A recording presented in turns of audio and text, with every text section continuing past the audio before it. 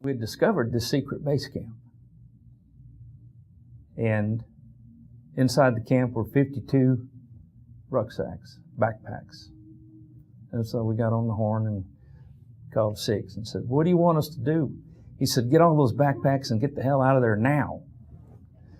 So we were about 300, 400 meters away.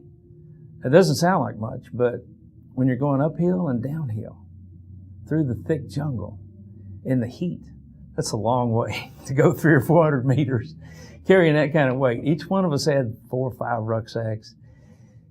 I grabbed one and opened it up, and out came 2 battle flags, some stamps and money and photographs, a pair of scissors, and a newspaper that looked like a Stars and Stripes, but it was the Vietnamese edition, and a little book that looked like a diary. So I flipped through the little pages of that little diary. Couldn't read it, but there was something that stuck out, something that jumped out of those pages at me. It was the handwriting. It was beautiful handwriting. Blue ink, beautiful blue ink, beautiful handwriting. So I decided right then and there I wanted to keep those things. So that night, I devised a plan to get the small book and the other items out of the country.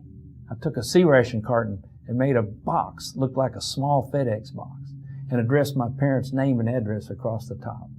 And the next day, I handed it off to a door gunner on a helicopter when they came in kicking off water. A week later, I got a letter from my mom that that box had arrived in Dallas, and what was I to do with them? I wrote her back and said, "Just keep it till I get home." So Vietnam was the topic of discussion over the dinner table, usually.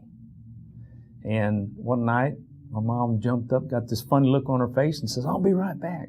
And she came back with that small box that I'd sent home from the jungle. I opened it up, and the smells had been engulfed in that box. The smells of the jungle came the aroma from the jungle. You know, the mold and the stench and the smell of napalm just came rushing out at me. And it like refreshed.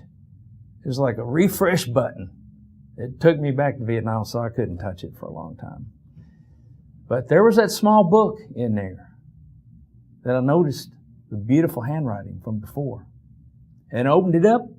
I was flipping those pages just like 2 decades earlier on my hands and knees.